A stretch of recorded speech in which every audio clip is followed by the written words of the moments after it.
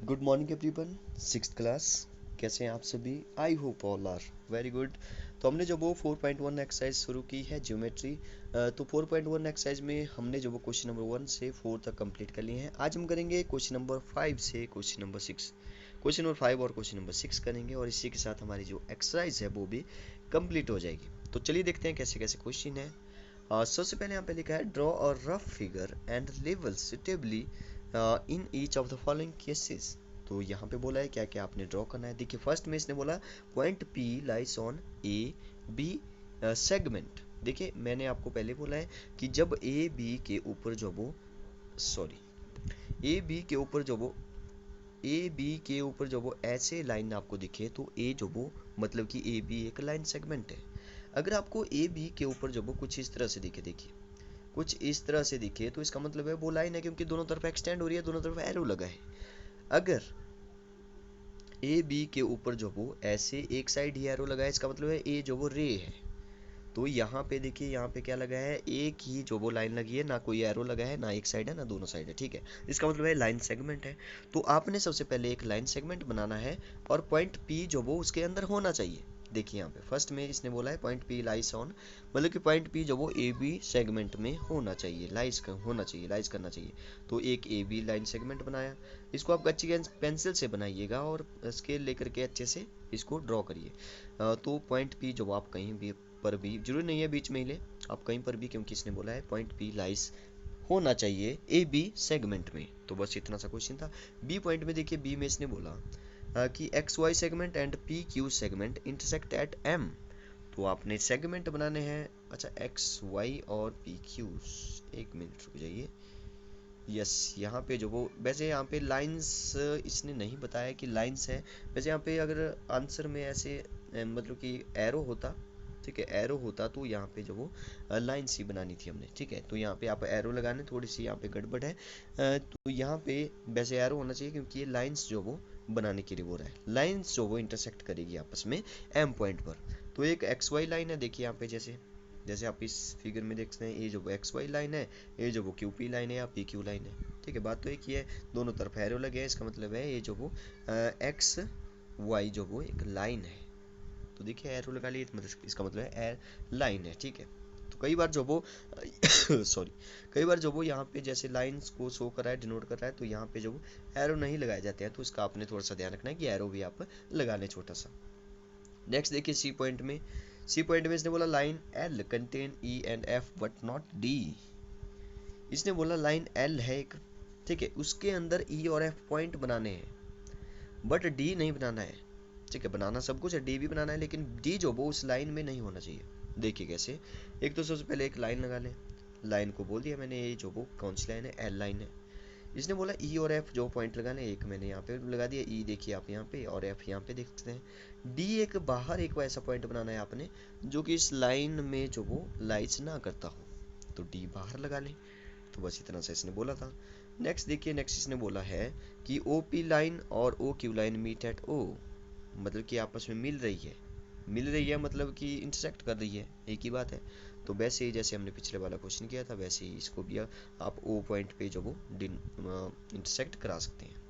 Next देखिए, next sorry next question है last question. इसने बोला consider the following figure of line M N. ठीक है, पहले बोल दिया लाइन है, ठीक है तब ठीक है, लाइन पहले बोल दिया तो ऊपर जो वो ऐसे ही लगा लिया। ठीक है, okay. Say whether following statement are true false in the context of the given figure. आप इस फिगर को देखिए, जो वो यहाँ से जो वो कुछ क्वेश्चन आपसे पूछेगा, इस फिगर को आप ध्यान से देखिए, यहाँ से एक क्वेश्चन पूछेगा, एक आपको लाइन दिख रही है, एक आपको यहाँ पे लाइन दिख रही है, उसमें क्यू पॉइंट है, एम पॉइंट है, ओ पॉइंट है, एन पॉइंट है, पी पॉइंट है। ठीक है, सब कुछ आपको यहाँ पे दिख रहा है, क्योंकि ये लाइन है, दोनों तरफ एक्सटेंड हो रही है, तो ये लाइन में जो वो सारे पॉइंट लाइज करें। चलिए देखते हैं, फर्स्ट में इसने क्या पूछा है, ट्रू फॉल्स आपने बताना है। इसको देखते हुए फर्स्ट इसने बोला Q M O N P R point on the line M N. इसने बोला एम एन लाइन, देखिए पहले कहाँ पर है, एम यहाँ पे है, एन यहाँ पे है, तो ये भी तो एक लाइन है, तो एक लाइन होगी। ठीक है, लाइन तो है। इसने बोला कि Q M O N P, Q M O N P इस लाइन के अंदर आ रहे हैं, Q N O N P. देखिए लाइन जो होती है, देखिए एक लाइन जो होती है, अब यहाँ पे आपको समझना पड़ेगा ध्यान से। जैसे मैं यहाँ पे m पॉइंट ले रहा हूँ, यहाँ पे जो n पॉइंट ले रहा हूँ, क्योंकि लाइन जो वो आगे की तरफ एक्सटेंड तो होगी।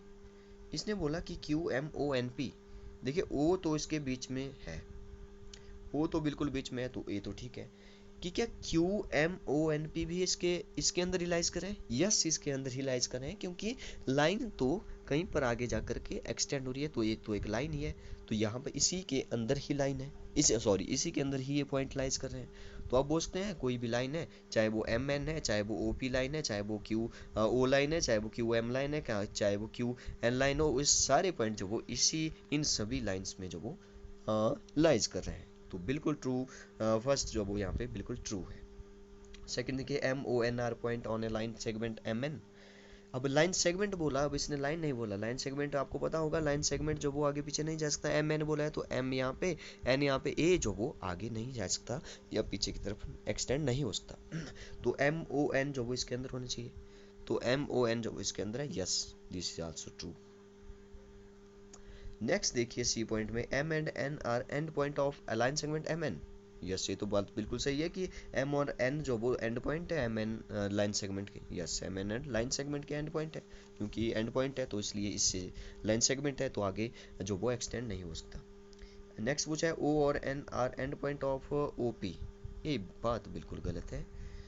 ON, सबसे पहले इसने बोला कि एक लाइन सेगमेंट है OP, ठीक है, O से P तक देखते हैं, यहाँ पे है और यहाँ पे है। देखिए जब लाइन सेगमेंट की बात कर रहा है तो OP तो यहाँ से आगे या पीछे जो वो एक्सटेंड नहीं हो सकता। तो इसका मतलब है इसने बोला कि O और N जो वो इसके एंड पॉइंट है, जबकि इसके एंड पॉइंट जो वो O और P है, तो O और N तो नहीं हुए, N तो इसके अंदर लाइज कर रहा है। इसका मतलब A जो बिल्कुल फॉल्स है, समझिए इनको अच्छे से। E देखिए, E point M is the one of the end point of line segment. M is the one of the line segment, M is the one of the end point. देखिए M, ये पूछ रहा है M जो वो एक and point है किस लाइन सेगमेंट का? Q और O का। तो Q और O के अंदर तो लाइज कर रहा है, लेकिन लाइन एंड पॉइंट नहीं हो सकता, क्योंकि Q और O बोला है तो Q और O ही इसके एंड पॉइंट होंगे। ये बात भी बिल्कुल गलत है, E इज द फॉल्स।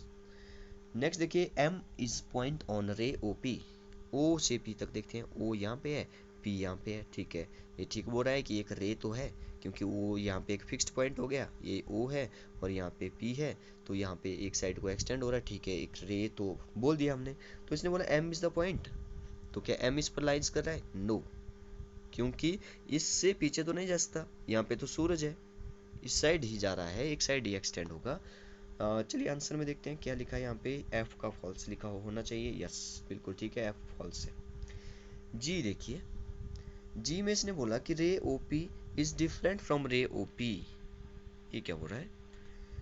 ये बोल रहा है कि एक रे है OP, ठीक है, रे तो है OP, इज डिफरेंट फ्रॉम रे OP। और ये क्या बोल रहा है कि OP जब OP से डिफरेंट होगी तो गलत बात है, ठीक है। क्वेश्चन भी जो वो यहाँ पे ऐसे ही पूछा है, फालतू का क्वेश्चन। नेक्स्ट देखिए, रे OP सेम एज रे OM। हाँ, एक क्वेश्चन ठीक है, OP जो वो OM के सेम है, नहीं ऐसा नहीं हो सकता, OP A है और OM जो वो A होगी, क्योंकि तो OM जो वो एक लाइन सेगमेंट हो गया, ठीक है, जो वो बिल्कुल फॉल्स है, दोनों फॉल्स है। नेक्स्ट देखिए, सेकंड लास्ट आई पार्ट इसका, ray OM is not opposite to ray OP।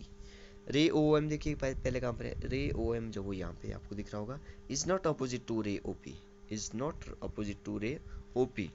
तो OM बोल रहा है, तो यहाँ पे जो वो ये गलत है, ठीक है, बिल्कुल अपोजिट है, क्योंकि O से M तक, O से OP देखिए एक दूसरे के अपोजिट है, एक इस साइड जा रही है, एक इस साइड जा रही है, तो ये तो अपोजिट हुआ ना, तो इसलिए ये जो वो इसने बोला नॉट अपोजिट, तो इसलिए गलत बोल रहा है, ये तो अपोजिट है।